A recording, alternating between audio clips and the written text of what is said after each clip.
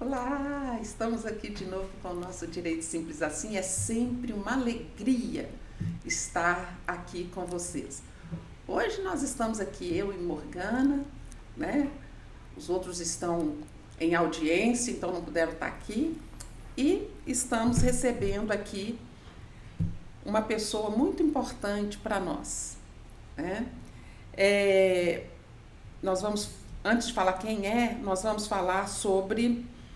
conversar um pouquinho sobre a PEC que está aí para ser discutida, ou essas alterações que estão aí para serem discutidas, que não tem só essa PEC 148 de 2015, tem outros projetos que ele vai falar para a gente daqui a pouco, que visa alterar a atual jornada de trabalho, que é de 44 horas para 36, ou, enfim.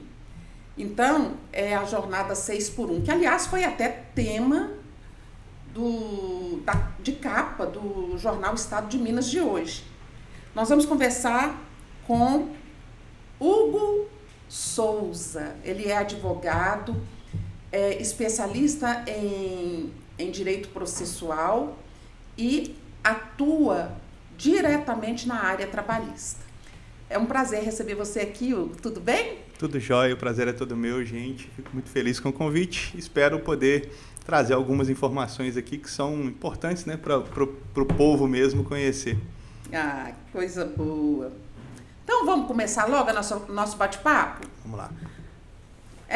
Fala aí pra gente de uma forma geral sobre essa proposta de alteração da jornada 6 por 1.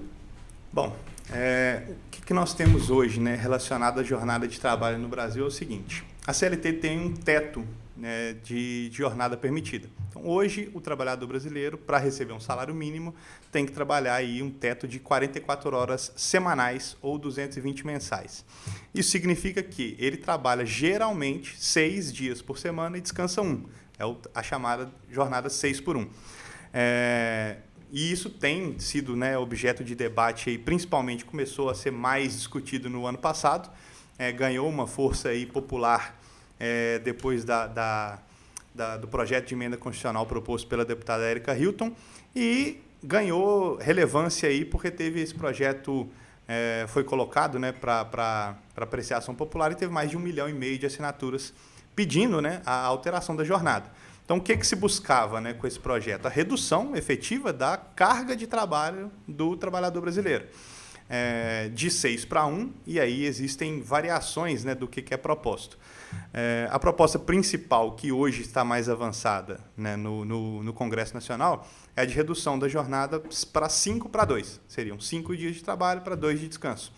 E aí, com relação à carga horária, ela seria reduzida de 44 para até 36 horas. Inicialmente, faria uma redução para 40 horas e depois uma outra redução gradual, né, de 39, 38, 37, 36. Então, mas espera aí, tem outros projetos, então? Sim, aí então, o projeto principal... O principal é esse que você... Isso, ele foi proposto pelo senador Paulo Paim, né, em 2015, foi quando iniciou a discussão. E essa PEC... É a PEC 148 de 2015. Então é uma coisa antiga, isso, né? Só que só ganhou esse boom na mídia ano passado. Ganhou força. Estava engavetado ali, né? Estava ali. Existia, mas não era muito debatido porque não tinha muito interesse. Uhum. E aí, em 2025, se puxou, né, esse debate, e como essa proposta já era mais antiga, ela teve a tramitação avançada. Então, ela já está hoje, né, na Comissão de Constituição e Justiça do Senado para ser aprovada. E aí de lá vai para a Câmara. De lá vai para a votação. Aí o Senado vota, a Câmara vota. Eu vou explicar daqui a pouquinho como é que funciona a dinâmica para aprovação. Mas, além desse projeto, foram apresentados outros projetos. Então, o de 2025, que é o mais popular dele, que é o da deputada Érica Hilton, prevê uma jornada 4 por 3, que é uma redução, né, significativa aí da jornada, tendo 4 dias de trabalho para 3 de descanso. Esse projeto está ainda na Câmara dos Deputados, é um projeto da Câmara dos Deputados, né? Uhum. E ele ainda está em debate, está em pauta lá para discussão entre as comissões do Trabalho e Economia. Então, ele ainda não é um processo que está apto à votação nem nada disso, mas é o projeto mais famoso, digamos assim.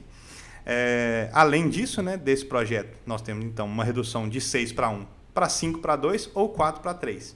E aí surgiu agora, né, no começo de 2026, o interesse do governo federal em acelerar essa pauta para que seja discutido isso, votado e definido ainda em 2026. Bem antes das eleições, né? Antes das eleições, né? Para que seja possível finalizar as votações e entrar em vigor de fato, né? Imediatamente, que a ideia do governo é essa. E para isso o governo pretende fazer uma nova proposta, que seria uma fusão dessas duas propostas, fazendo uma adequação. É um meio termo, digamos assim, para que não fique uma proposta tão radical quanto a 4:3, que teria um impacto muito grande, e nem a 5:2. Então vai ser um meio termo entre as duas e provavelmente ainda assim, né? Seria uma jornada de 5 dias de trabalho para 2 descansos pelo menos, essa seria a alteração significativa, mas reduzindo jornada diária também, se for o caso. Então, entendi. basicamente, o que se está buscando aí é a redução da jornada, dias trabalhados efetivamente, para que se atenda aí os interesses tanto, né, dos empregados, que buscam uma melhor qualidade de vida, obviamente ter mais tempo para convívio social, enfim, existem diversos estudos aí que mostram os benefícios para o trabalhador e implicações para as empresas também, né?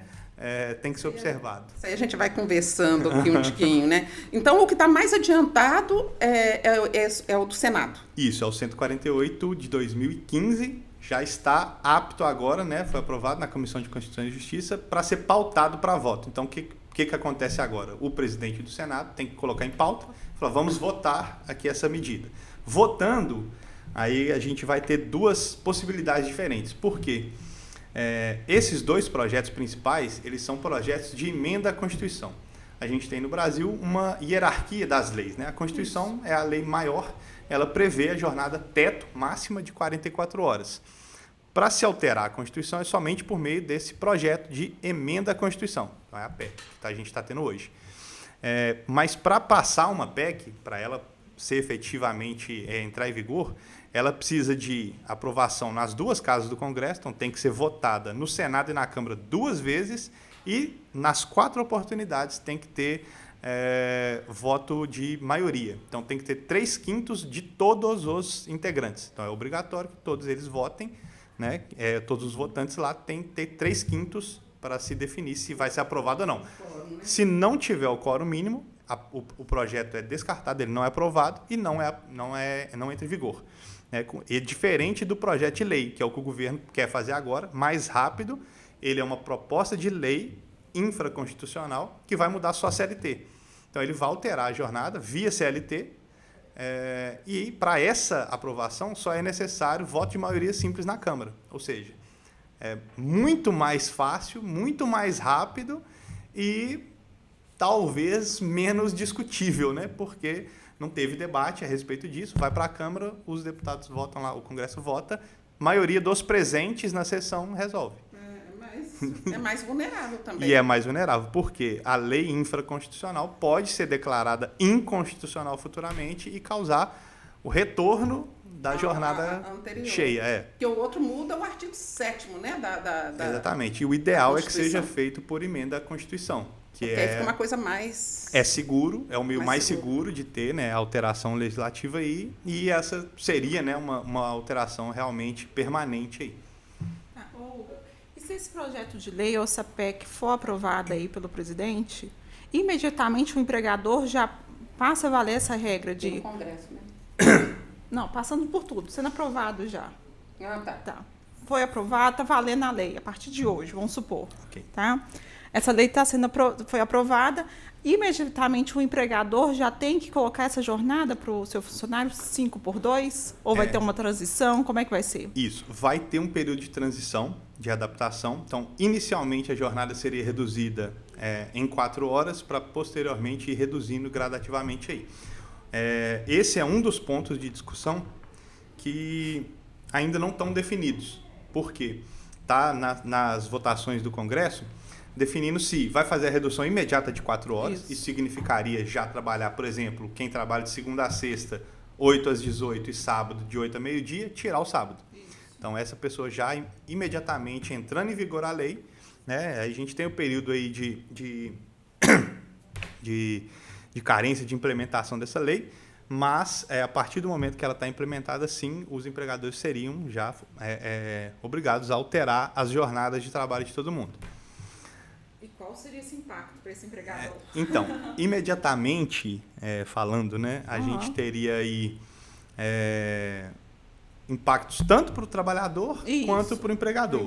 Para o empregador, teria, né, os estudos indicam que teria um impacto econômico direto de aumento de folha salarial. Por quê?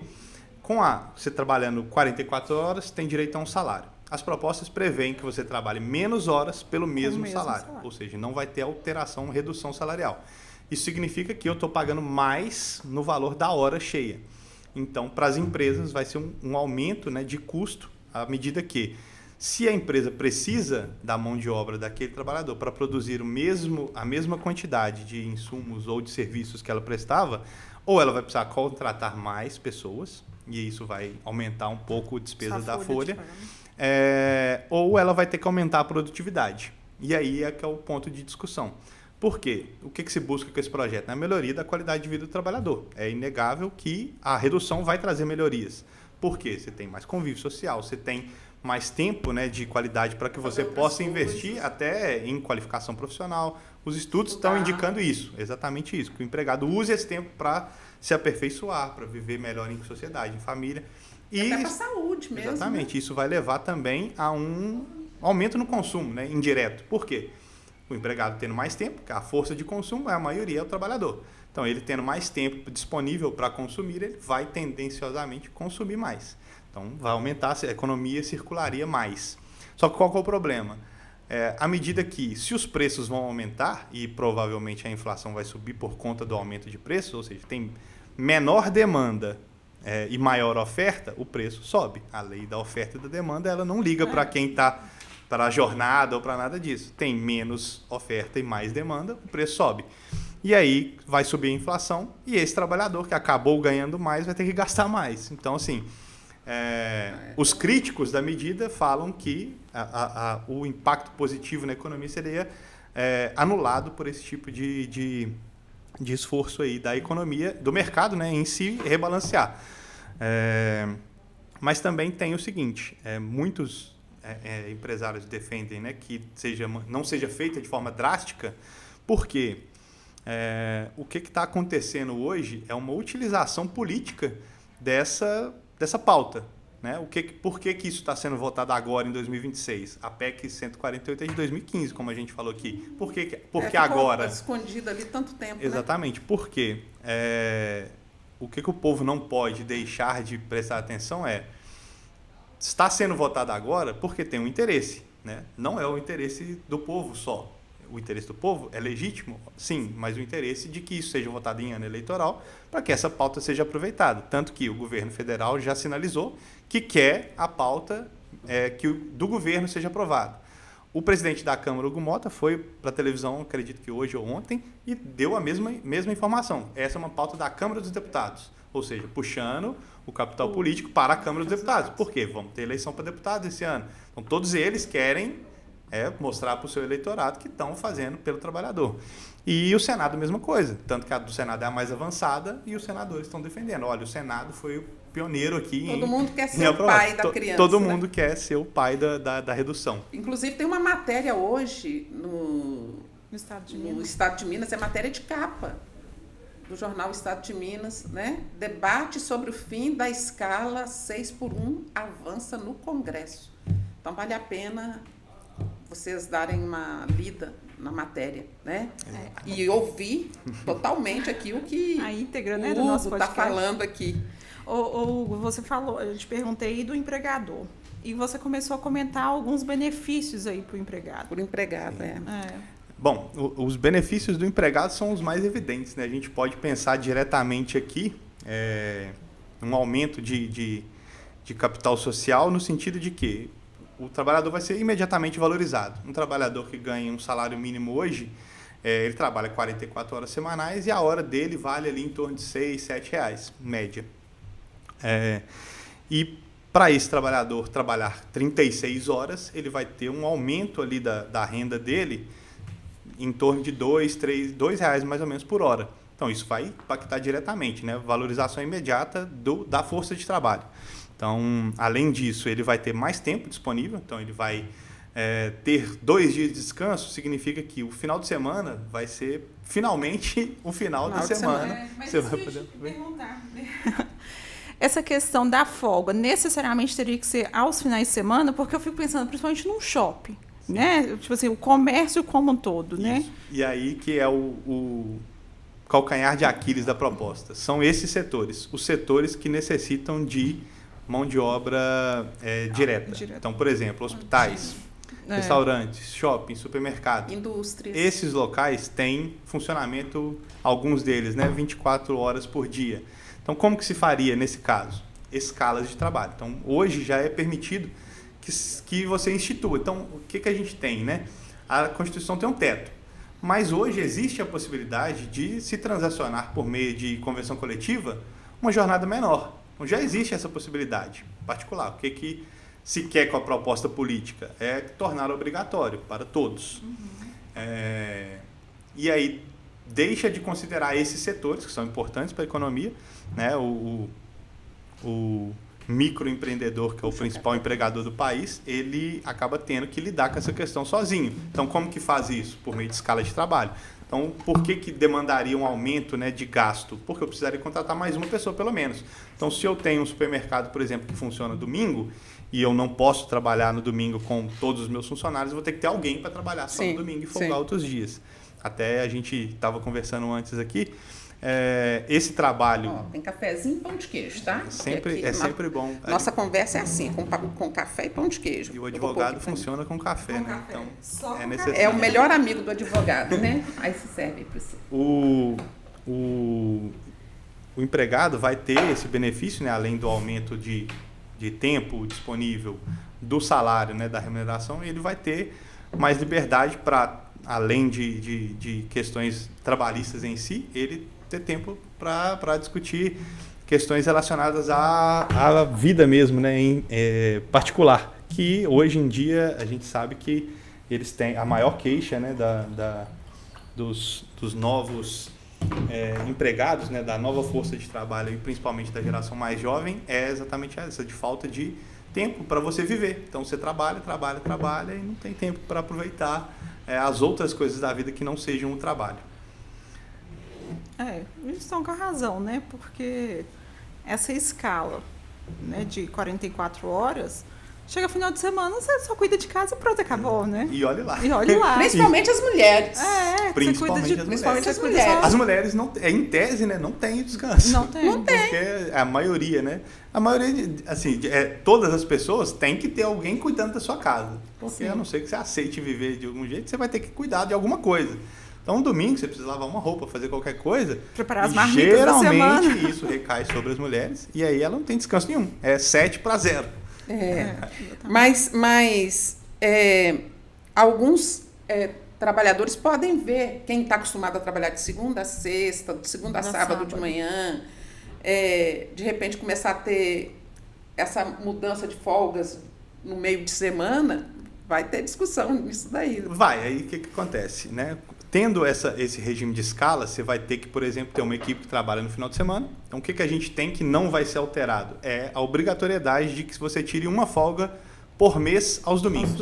Então, todo mundo tem que ter uma folga por mês aos domingos. E se não tiver, tem que receber isso aí em dobro. Se você tem regime de escala, inevitavelmente algum funcionário vai trabalhar domingo e ter que folgar durante a semana. Então, isso tem que ser ajustado ali, né, durante a formação da escala com os empregados. Quem define a escala é o empregador. Então, se o trabalhador tem um emprego e está sujeito à escala, ele vai ter que obedecer àquela escala. Se ela for prejudicial para ele, então, por exemplo, mudanças prejudiciais no contrato de trabalho, elas são vedadas também pela CLT. Vamos supor que você é um trabalhador que faz um curso à noite, por exemplo, e o seu empregador quer alterar a sua jornada de trabalho para te colocar para trabalhar à noite. Vai prejudicar o seu curso, por exemplo, já paguei a matrícula, não tem como alterar. Então, você pode recusar essa alteração. Então, isso tem que ser observado tanto pelas empresas quanto pelo empregado. Então, em caso de alteração da jornada, esse vai ser um dos pontos também a serem discutidos internamente nas empresas, porque o empregador vai querer reajustar a escala E isso vai conflitar muitas vezes com o interesse Sim. do empregado também. Quem está fazendo faculdade, por Exatamente. exemplo, né? Ou a gente falou dos benefícios aí para o empregado, né? E a questão aí, pode ser que haja algum prejuízo para esse trabalhador? Sim. O prejuízo mais significativo que a gente vê, né, na alteração é o risco de informalidade. O que geralmente se acontece, né, nesses casos? O mercado geralmente se adapta às restrições que são impostas. Então, o que isso está fazendo para o trabalhador? Dando um direito. E para o empregador, retirando um direito que ele tinha até hoje de exigir uma jornada de 6-1. E como que o mercado, muitas das vezes, principalmente no início da adaptação, ele faz isso? De forma informal. O que pode acontecer nesse caso? É um empurrão para a informalidade. Então, eu não tiver um funcionário CLT, eu não sou obrigado a dar a ele a jornada mínima. Né? Se não registra o empregado, então tem muito, hoje em dia, as discussões na Justiça do Trabalho, a maioria das discussões hoje, a maioria dos processos hoje, eles são, o assunto principal discutido são horas extras. Então, o segundo assunto mais discutido são verbos rescisórios. Então, são direitos básicos aí do trabalhador que são discutidos. Por que a jornada é tão discutida? Porque muitas das vezes ela é fraudada, já com a jornada 44 horas. Imagine com a redução dessa jornada. Se eu tiver que trabalhar 36 horas e eu já fazia 10 horas extras todo mês, o que vai acontecer? Eu vou trabalhar, ao invés de 36, vou trabalhar 50 horas e vou receber 36. Então, o risco para o trabalhador é esse, né? Porque muitas das vezes acontece, né, essa informalização e um risco maior ainda, que está muito evidente agora, é o risco de pejotização, que explica para todo mundo aí o que é essa pejotização que está aí na boca do povo a também. pejotização, a maioria das pessoas já ouviu falar, é a possibilidade de se contratar um trabalhador para prestar serviços para a sua empresa por meio de um contrato entre pessoas jurídicas. Então, o que você faz? Você tem uma empresa, vai lá, pega alguém, um prestador de serviço, quero contratar, por exemplo, um gesseiro para realizar um forro de gesso em casa. Você contrata o gesseiro, que tem um MEI, e aí ele vai lá e faz o forro de gesso. Isso é uma relação entre pessoas jurídicas válida. Né? Você tem uma empresa, por exemplo, aqui, quero só fazer esse serviço. Reforma, exatamente. Né? Contratei a pessoa jurídica daquele gesseiro, ele prestou meu serviço, ele paga o imposto dele, eu pago a ele e está tudo certo. O que é diferente que tem acontecido aí? A tal da pejotização, que está sendo também discutida no judiciário, e depois a gente vai tratar dela, porque ela é um tema sensível e que tem que ser muito bem observado. Até falar olhando aqui, porque é o tema mais delicado ainda do que a alteração de jornada. Você contrata um empregado, trata ele como empregado, exige que ele cumpra uma jornada, ele é subordinado às suas ordens, ele cumpre todas as tarefas como se fosse empregado, mas você paga ele como se fosse uma PJ. E força ele a abrir uma empresa. Exatamente. Isso é um contrato fraudulento, né? Um contrato entre pessoas jurídicas, só que, na verdade, você está simulando a outra pessoa jurídica e tendo um empregado. Não, você tem que trabalhar de 8 às 18, tem uniforme, você vai trabalhar todos os dias, você não pode faltar, você não pode mandar ninguém no seu lugar. São os requisitos básicos do contrato, né? Se você exige isso, ele é seu empregado. E você não pode contratar ele por meio de PJ. A relação entre PJs é válida, o direito, né, o STF já decidiu isso, porém, se você simular isso, ela é ilegal. E qual que é o problema que a gente está tendo hoje, paralelamente a essa questão da redução da jornada?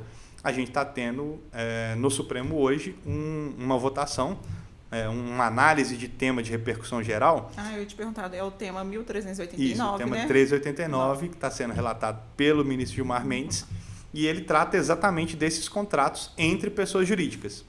Qual que é a tese? É de que contratos entre pessoas jurídicas são válidos. São válidos. E aí, o que aconteceu na semana passada? O Procurador-Geral da República deu um parecer favorável ao reconhecimento da validade dessas transações.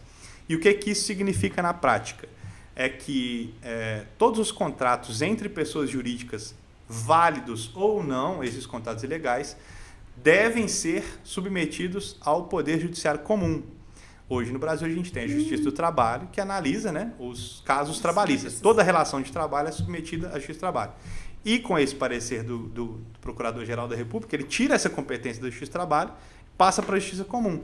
E o que isso significa na prática? É que você, né, um trabalhador que tem um contrato desses PJ fraudulento, vai ter que ingressar com um processo na justiça comum, para que um juiz da justiça comum Então, reconheça... Ele vai ter que fazer prova de tudo isso na justiça comum primeiro, né? O juiz da justiça Esse processo comum longo. terá que reconhecer que o seu contrato foi fraudulento, ou seja, vai ter que provar lá que você realmente era empregado, para depois disso o seu processo ser remetido para a Justiça do Trabalho e você aí sim ter direito a requerer os seus direitos trabalhistas.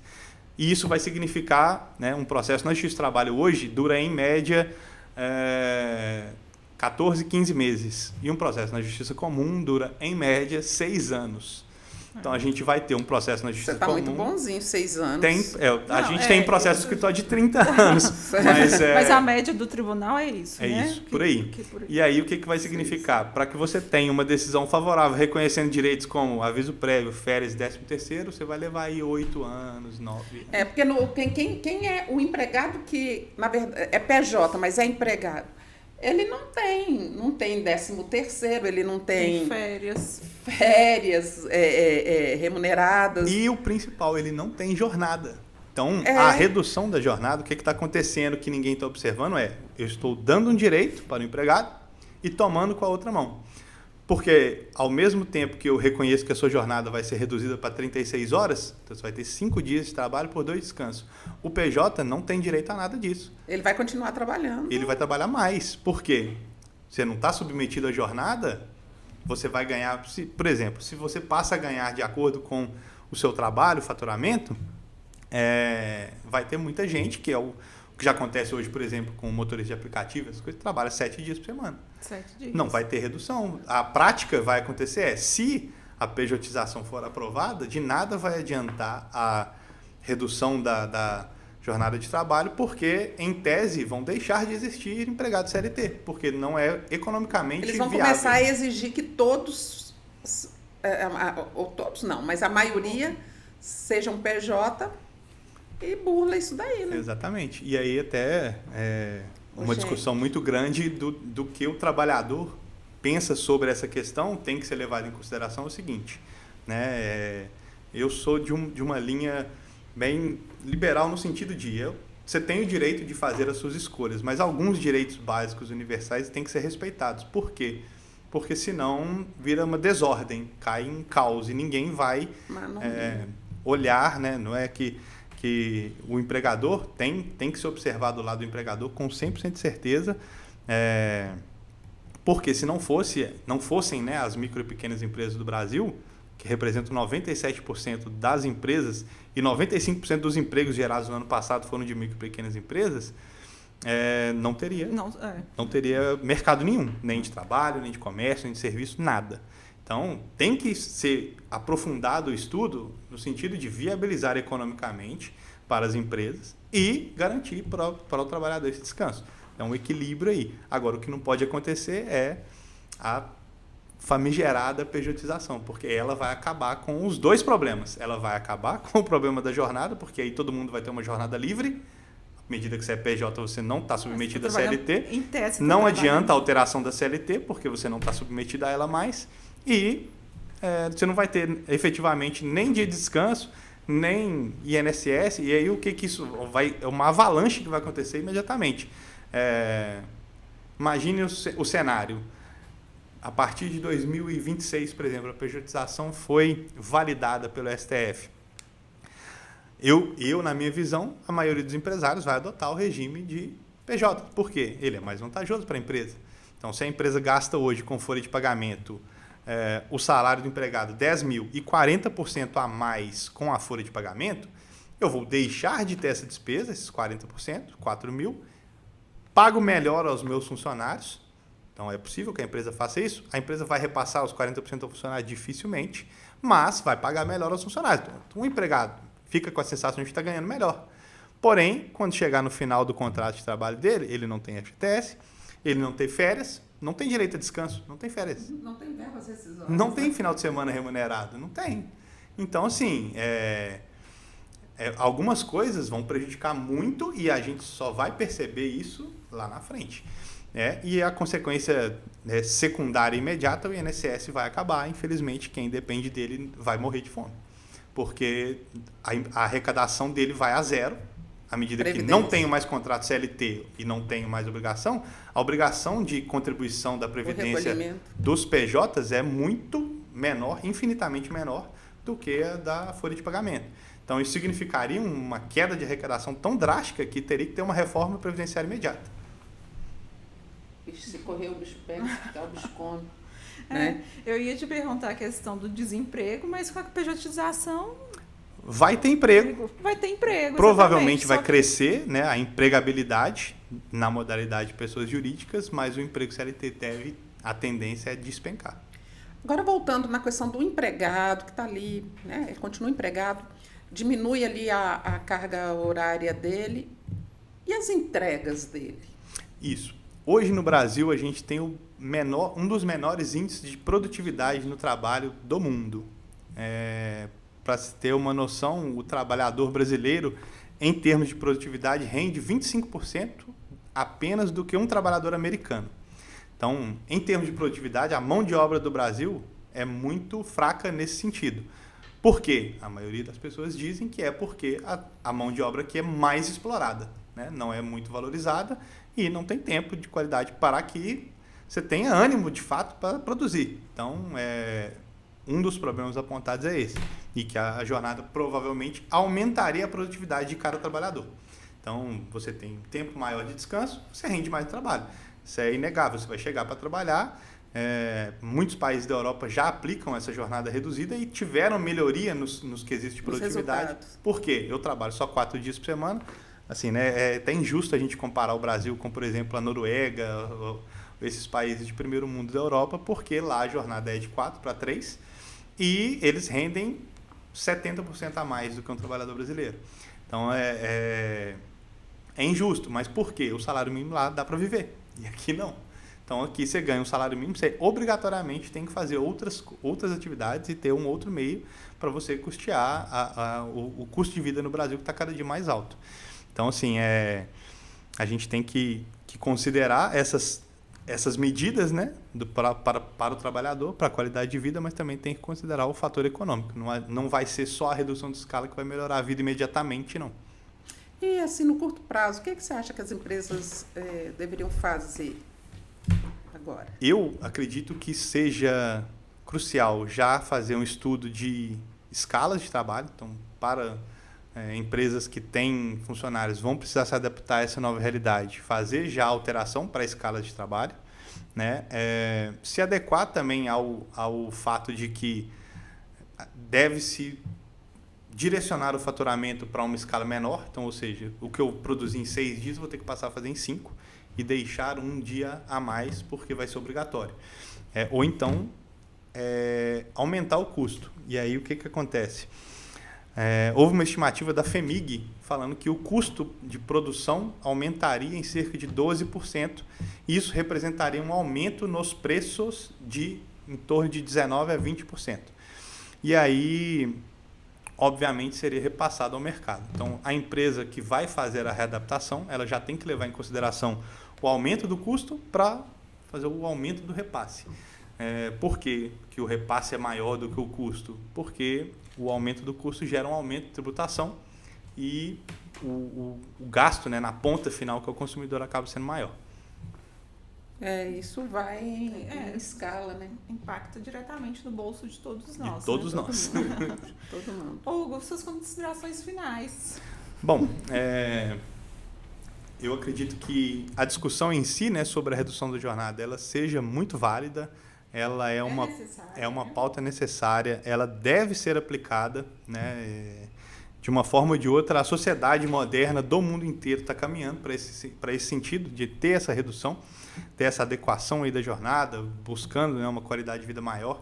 Então, os avanços tecnológicos estão trazendo também essas possibilidades de se reduzir a força de trabalho humana, né, substituindo aí para automações algumas coisas nesse sentido, e que vão trazer aí uma melhora na qualidade de vida do ser humano. Porém, não se deve, né, fazer isso a todo custo. Tem que se observar se isso está sendo feito de fato pelo interesse do trabalhador ou por uma agenda política que vai fazer isso a toque de caixa e vai acabar sendo uma medida contrária aos interesses de todo mundo, que possa prejudicar tanto o trabalhador quanto o empregador. A discussão é necessária sim, mas ela tem que ser feita com cautela. Não adianta colocar lá em pauta e votar porque é uma medida popular em ano de eleição, sem que sejam observados os riscos para as duas partes, né? Isso é verdade. Tem que analisar. Se bem que essa PEC de 2015, se você analisar lá de 2015, é algo que deveria já estar sendo estudado há muito tempo, né? Exatamente. E aí, de forma assim, não muito surpreendente, foi pautada agora em 2026, porque nós precisamos aí, né, capital político para todos os políticos que estão aí, né? Tem essa questão do capital político, mas tem também, que eu acho que a gente tem que analisar, é basicamente aquilo que vai ser positivo para o trabalhador. Sim. E também o que há de positivo e que para o trabalhador e para o empregador, né? O empregador ele tem que se adequar, né? E o empregador brasileiro, ele é sempre muito criativo, ele sempre busca caminhos para repor Sim. as suas, né? É aquilo que a gente falou, toda ação tem uma reação contrária na mesma medida. À medida que tem mais dinheiro circulando porque eu estou pagando mais aquele empregador e ele tem mais tempo para consumir, a tendência é que o consumo aumente. Então, a economia vai dar uma acelerada por conta disso. Né, que vai acontecer. O que não pode acontecer se começar a ter muito desemprego por conta disso, então um pânico dos empresários em geral. Vou demitir porque eu não tenho como custear.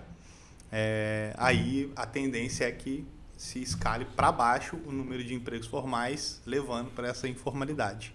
E o risco é esse, tem que ser equilibrado antes de ser colocado em vigência. E para isso, gente, tem que buscar informação com quem tem a informação para dar, né? Qual que é o seu contato no Instagram? Sim.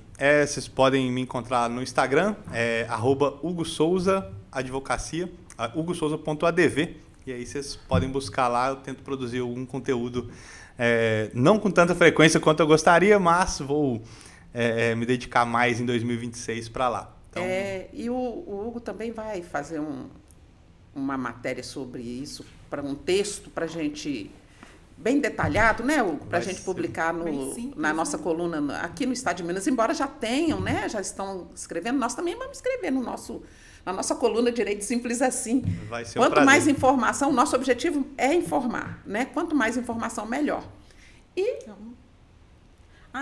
Buscar a gente também. Assim como o Hugo, sigam a gente nas nossas redes sociais. É o @Direito Simples Assim, ADV, no Instagram, nossa página do Facebook. E como a Rô falou, toda semana também escrevemos na nossa coluna do EM Digital. E, gente, aqui no YouTube, acompanhem o Portal UAI, o Direito Simples Assim, dentro do Portal UAI, e os outros, né? Os outros podcasts que tem aqui, os outros videocasts que tem aqui no Portal UAI. Dá aí o seu joinha, ou se não gostou, manifesta também, né? Se inscrevam, né? Que vocês ajudam todos nós a levar isso para mais pessoas, tá? Nós ficamos por aqui, agradecemos demais a sua participação, Hugo. Eu que agradeço o convite, estou sempre à disposição. E nós fazemos questão, né? Tem muitas questões aí do direito do trabalho, a gente está sempre precisando de um colega que atue regularmente nessa área. Então, a gente fica por aqui, agradecemos também a participação ali do nosso querido Otávio, né? E ficamos por aqui hoje.